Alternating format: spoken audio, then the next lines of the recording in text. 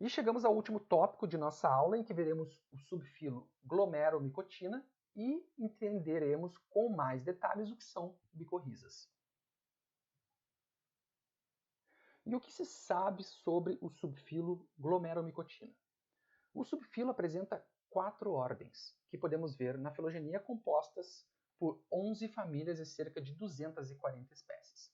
E inclui todas as espécies de fungos que formam micorrizas do tipo arbusculares, com exceção do gênero Geoziphon, que pertence à ordem Archaeosporales, que são simbiontes de cianobactérias do gênero Nostoc.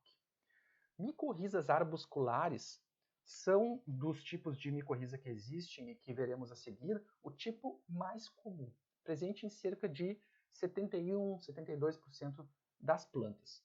As micorrizas arbusculares penetram inter e intracelularmente nas células corticais das raízes de plantas, formando arbúsculos, como podemos ver nessa imagem superior, que são células do tipo austório, onde ocorre a transferência bidirecional de nutrientes com a planta. Algumas espécies produzem vesículas inter- ou intracelulares, que são hifas com dilatações terminais com função de reserva. Além disso, suas hifas cenocíticas podem conter bactérias endossimbiantes, assim como vimos anteriormente nos outros 2 subfilos. São um grupo difícil de estudar, pois não podem ser cultivados sem a presença das plantas parceiras. E apesar de termos descoberto muito sobre o subfilo recentemente através de análises moleculares, não se sabe quando e onde esses fungos realizam reprodução sexuada. Entretanto, estudos populacionais de algumas espécies têm demonstrado uma diversidade genética, o que alguns pesquisadores supõem ser resultado de uma reprodução parassexual. As espécies desse subfilo produzem esporos assexuais semelhantes a clamidósporos, formados em hifas especializadas. Esses esporos são grandes, medindo entre 0,04 e 1 milímetro, e multinucleados, contendo desde um pouco menos de 50 até milhares de núcleos, e preenchido por glóbulos contendo lipídios e proteínas. Esporos podem ser formados de forma solitária, em frouxos ou densos agrupamentos, ou algumas espécies podem formar aglomerados de hifas chamados esporocarpos, produzindo, nesse caso, os esporos na superfície do solo. Os esporocarpos podem ter desde poucos esporos até centenas de milhares de esporos, variando desde meio centímetro até 4 centímetros. Os esporos podem persistir no solo até entrarem em contato com uma raiz não infectada. O crescimento das hifas de plantas colonizadas e dos esporos através de partículas de solo são os principais meios de dispersão não humano. A translocação através de minhocas e mamíferos já foi observada e também até mesmo através de fezes de roedores. Agora que vimos um pouco sobre o subfilo glomerulomicotina, vamos conhecer um pouco mais sobre o que são micorrizas e os seus diferentes tipos. Bem, micorrizas são associações simbióticas entre fungos e plantas que surgiu há cerca de 400 milhões de anos atrás, sendo o fundamental para o surgimento das plantas terrestres. Para vocês terem ideia, estima-se que cerca de 90% das plantas possuam micorrizas em suas raízes. Pode-se dizer que as micorrizas foram descobertas em 1842 por Carl von Nageli, que foi quem primeiro descreveu a simbiose fungo-raiz. Mas somente em 1885, o alemão Albert Bernhard Frank, que era um fisiologista, propôs a interação e desenvolveu estudos anatômicos confirmando os benefícios para as plantas. A origem provável das micorrizas é de espécies sapróbias que perderam a capacidade patogênica, regulando a síntese e a atividade de enzimas que causam citólise e necrose das células do hospedeiro. As micorrizas crescem e se nutrem em tecidos vegetais vivos, sem causar disfunções nos tecidos ou danos permanentes ao hospedeiro. Essa relação simbiótica ocorre através da obtenção pelo fungo de nutrientes e de carbono formado na fotossíntese pela planta, e o fornecimento de micronutrientes inorgânicos, principalmente fósforo e nitrogênio, além, é claro, de água pelo fungo. Devido à menor dimensão das hifas comparada às raízes, os fungos conseguem atingir locais e recursos inacessíveis para as plantas, superando a chamada zona de depressão que ocorre em volta das raízes. Crescimento de hifas pelo solo aumenta a absorção de água e plantas com micorrizas conseguem sobreviver em períodos de seca e baixa umidade. Além disso, também há evidências de produção de antibióticos para combater patógenos como outros fungos e nematóides. Algumas espécies podem ser micorrizas facultativas, mantendo uma certa capacidade saprofítica, ou seja, completando o seu ciclo associado a raízes ou não, e crescendo em meio de culturas sem células vivas do hospedeiro. Ou então serem micorrizas obrigatórias, onde houve a perda do saprofitismo e as espécies só completam seu ciclo de vida na presença de células hospedeiras, como nós vimos em glomeromicotina. Agora veremos um vídeo curto que inicialmente mostra a importância dos fungos e então foca nas micorrizas. New research has revealed that fungi, like mushrooms, barter and trade with other organisms like little stockbrokers. Basically, there's a whole economy of nutrients right beneath our feet that we are just uncovering. And yes, it can be pronounced either fungi or fungi, don't even start, and their classification has been difficult, to say the least. They're eerily more genetically similar to animals than they are to plants or bacteria, and things only get weirder from there. Fungi are possibly the most widely distributed organisms on Earth, existing everywhere on Earth from the North to the South Pole. They take elements like carbon that are trapped in organic matter, and through decomposition, they process and release those elements back into the ecosystem for other organisms to use. They can do this by releasing a sophisticated cocktail of enzymes and other helpful chemicals that allow them to break down organic material outside of their bodies so that they can more easily digest the nutrients. This is how fungi cause decay. But they don't just play an essential role as nutrient cyclers. See, all living things need phosphorus and nitrogen to live, but not a lot of those elements exist in forms that are ready for uptake. We eat plants and other things that eat plants to get enough of our phosphorus and nitrogen, but where do the plants get it? That's right, microbes like bacteria and fungi. Fungi that work with plants in this way can grow into structures called hyphae, delicate thread-like tendrils that can push into a plant's roots. This forms mycorrhizae, symbiotic relationships between fungi and the plants they glom onto. And for the record, mycorrhizae refers both to the kind of fungi that do this and the relationship between a fungus and a plant's roots, so it's a dual-purpose word. Mycorrhizae can also connect to each other to form incredibly dense, expansive, and interconnected networks. Some estimates say there's around 200 meters of mycorrhizal hyphae in just 1 gram of typical forest soil. I mean, are you kidding me? But plants bring something to the table too. They have an ability that fungi do not. They can form carbohydrates through photosynthesis. So in exchange for essential nutrients, plants provide fungi with those tasty, tasty sugars. This worldwide network of nutrient exchange includes all kinds of microbes like these fungi and bacteria that play a similar role. And as a whole, this system has come to be known as the Wood Wide Web. And we're not even to the coolest part yet. New research details just how these nutrient exchanges between plants and fungi actually work.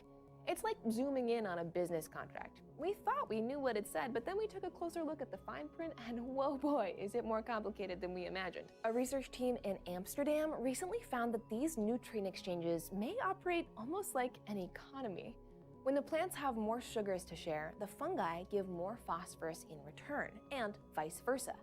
Both parties can punish or reward each other for good exchange rates, and they can even withhold a store of a nutrient until the other party has a better offer. Building on the results of this work, the team wanted to go even further. They tagged each of the nutrients in question with a fluorescent compound, and then tracked the tagged molecules using a powerful confocal microscope. This allowed them to quantify the nutrient transfer from the fungi to the plant root and, for the first time ever, actually see the transfer of nutrients. They then began to study flow patterns within the fungus, making videos of the complex patterns of movement. You can actually see here that the fungus stops the flow of nutrients in one direction and reverses it, sending them back the other way. The scientists think that this is our first look into how fungi can redirect nutrients in response to their environment.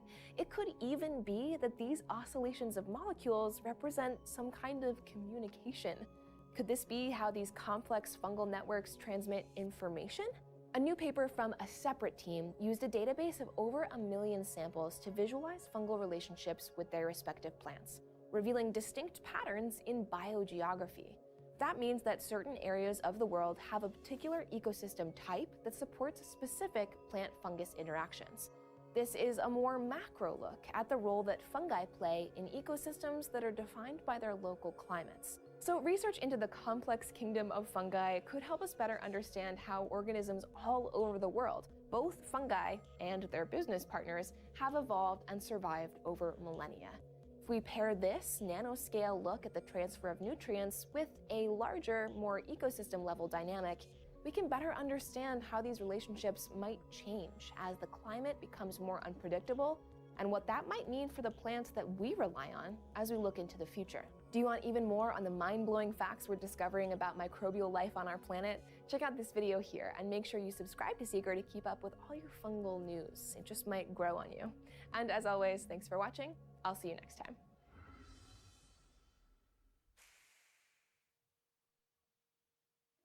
Muito interessante esse vídeo, né? Nele eu destaco algumas informações.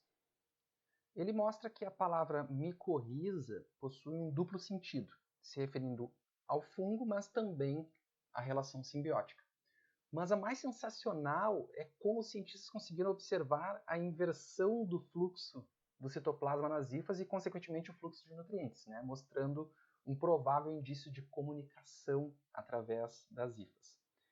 E vejam que no vídeo isso é nomeado, nessa conexão das micorrizas com plantas, é nomeado de Wood Wide Web, uma alusão ao www da internet, e que veremos em uma animação muito legal a seguir.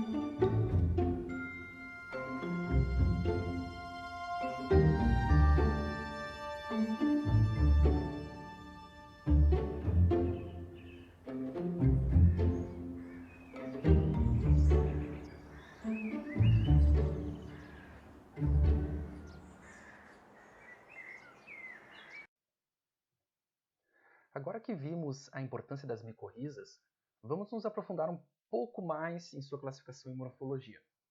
Ao longo do tempo, as micorrizas foram classificadas em 4 tipos. As ectomicorrizas, que estão presentes em cerca de 2% das plantas, especialmente as plantas lenhosas, ocorrendo principalmente em ambientes temperados, boreais, mediterrâneos e algumas florestas tropicais. Nós temos as micorrizas arbosculares, que, como já vimos anteriormente, são exclusivas do subfilo Glomeromicotina e estão presentes na maioria das plantas, ocorrendo nos mais variados ambientes. Depois temos as micorrizas ericoides, que estão presentes em cerca de 1,5% das plantas, sendo quase exclusivas da família Ericaceae, mas também presentes na divisão Marchanciophyta, das briófitas. Ocorre em heathlands, que veremos mais adiante, e também na tundra em ambientes boreais e florestas temperadas. E por fim temos as micorrizas orquidoides, cujo nome já deixa evidente a sua relação exclusiva com as orquídeas. E vejam que interessante, nesse estudo de 2018 foi realizada uma estimativa da porcentagem de plantas vasculares de acordo com os diferentes tipos de micorrizas.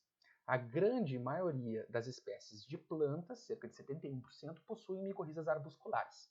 10% possuem micorrizas orquidoides, 2% ectomicorrizas e em torno de 1,4% micorrizas ericoides. Nas monelófitas, cerca de 67% das espécies possuem micorrizas arbusculares e cerca de 25% das briófitas, no sentido parafilético, possuem micorrizas, sendo a maioria arbuscular. Entretanto, a divisão briofita não possui micorrizas. Cerca de 8% das plantas não possuem micorrizas. E isso ocorreu devido a um evento evolutivo de perda da micorriza. E por fim, cerca de 7% das plantas, que está aqui no gráfico representado pela abreviação NM-AM, possuem uma associação inconsistente, pois nesse caso a espécie pode ou não apresentar micorriza do tipo arbuscular, dependendo do habitat e de outras plantas que estão concorrendo com ela. Esse estudo de Brundtlet e Tedesco em 2018 estima que tenham ocorrido entre 30 a 50 origens separadas de perda de micorrizas. Muitas das plantas inconsistentes ou completamente sem micorrizas são especialistas em determinados habitats, onde a produtividade é limitada pelo solo ou condições climáticas, como por exemplo ambientes áridos, alpinos, alagados, salinos ou habitats perturbados, além também de plantas marinhas de água e de água doce e epífitas, ou são especialistas em nutrição como plantas carnívoras e parasitas. Em relação às micorrizas arbusculares, diversas espécies foram encontradas em apenas uma localidade no mundo e possivelmente são endêmicas, enquanto outras são distribuídas globalmente. Cerca de 20% de todos os morfótipos descritos são encontrados em apenas uma região, enquanto 12% em um único local. Vamos ver com mais detalhe agora cada um dos tipos de micorrizas, começando pelas ectomicorrizas. As ectomicorrizas apresentam hifas septadas e, das cerca de 20 mil espécies de fungos, a maioria pertence ao filo Basidiomycota, como vocês podem ver nas imagens dos cogumelos. E o restante pertence ao filo Ascomycota e à ordem Endogonalis do filo Bucromycota. Estima-se entre 6.000 e 7.000 espécies de plantas com ectomicorrizas. As ectomicorrizas penetram apenas intercelularmente entre as células no córtex das raízes, ou seja, formando uma rede no entorno das células chamada de rede de Hartig, substituindo a lamela média e também formando um manto fúngico, ou seja, uma densa bainha de hifas ao redor das raízes. As ectomicorrizas crescem em uma faixa de temperatura de 15 a 30 graus e um pH ácido entre 4 e 6. Crescem em carboidratos simples e utilizam formas complexas de nitrogênio, aminoácidos e sais de amônio. Também produzem hormônios, como auxinas, giberelinas, citocininas, além de vitaminas, antibióticos e ácidos graxos.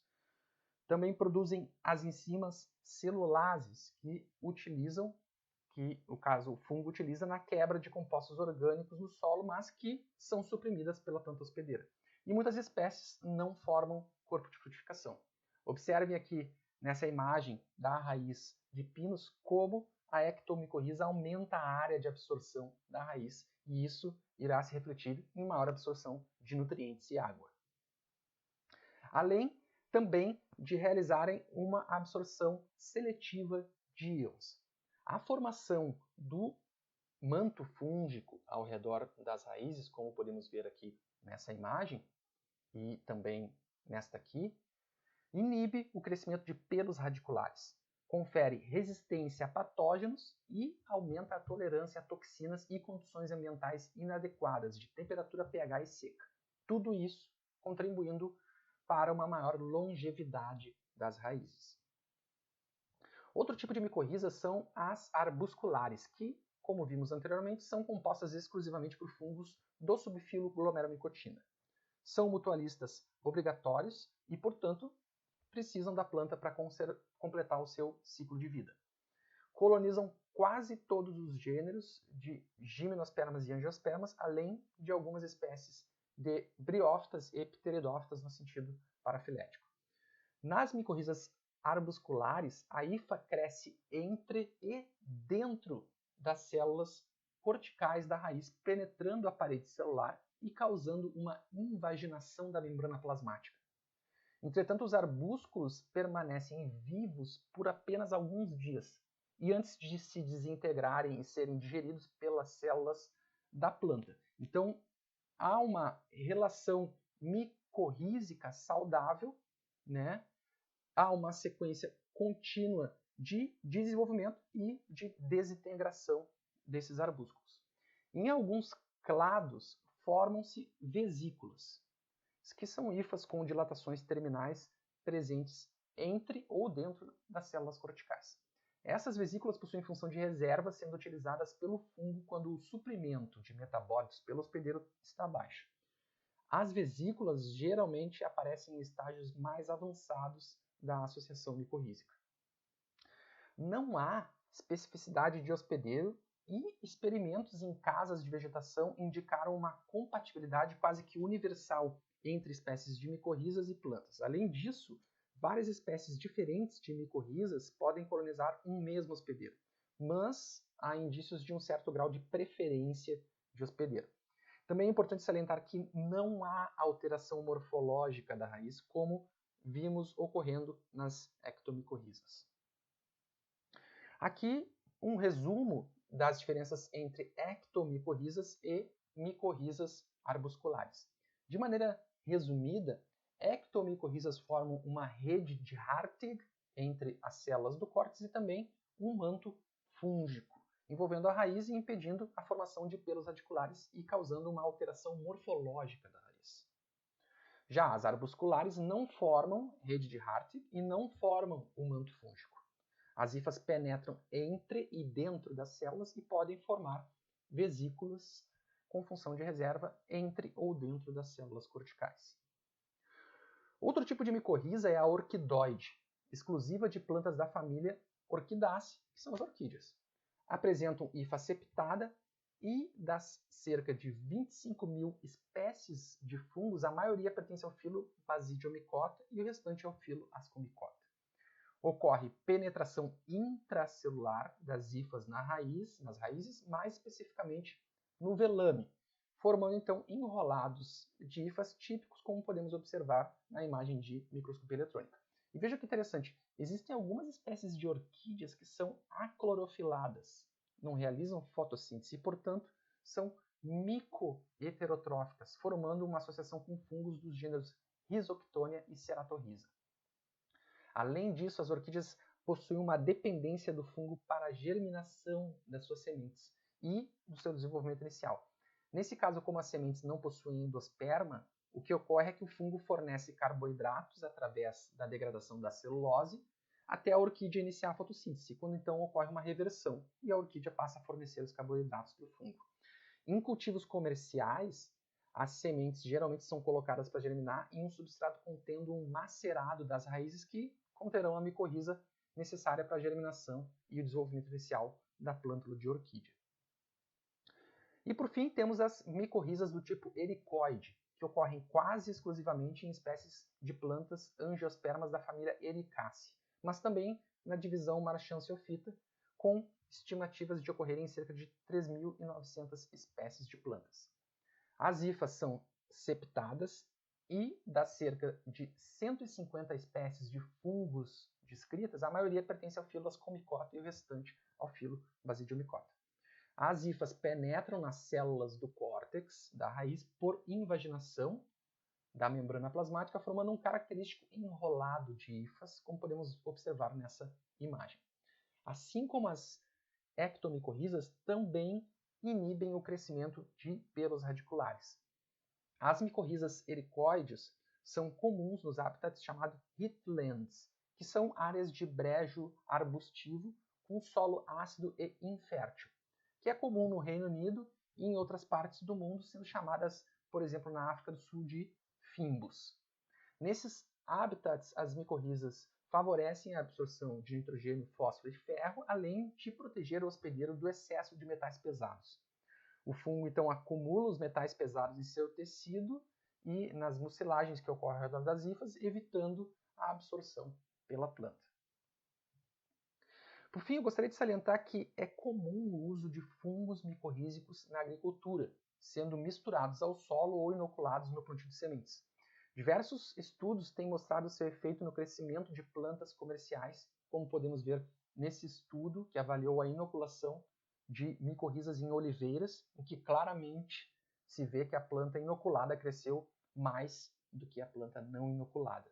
Nessa tabela aqui nós podemos ver alguns exemplos de fungos e quais plantas eles são inoculados. E se vocês procurarem na internet, especialmente na Amazon, encontrarão algumas marcas de inoculantes, como por exemplo essas duas, sendo que a da direita, inclusive, menciona que contém 15 espécies diferentes de ecto- e endomicorrizas. Bem, aqui eu deixo o link para um vídeo comercial explicando resumidamente sobre micorrizas e observem nesse vídeo os diferentes métodos de inoculação das micorrizas. E chegamos ao fim de nossa aula. Mais um filo de fungos muito diverso e cheio de exemplos interessantes. Por fim, a bibliografia utilizada nas 4 partes da aula. E nos encontramos em breve para a 6ª aula.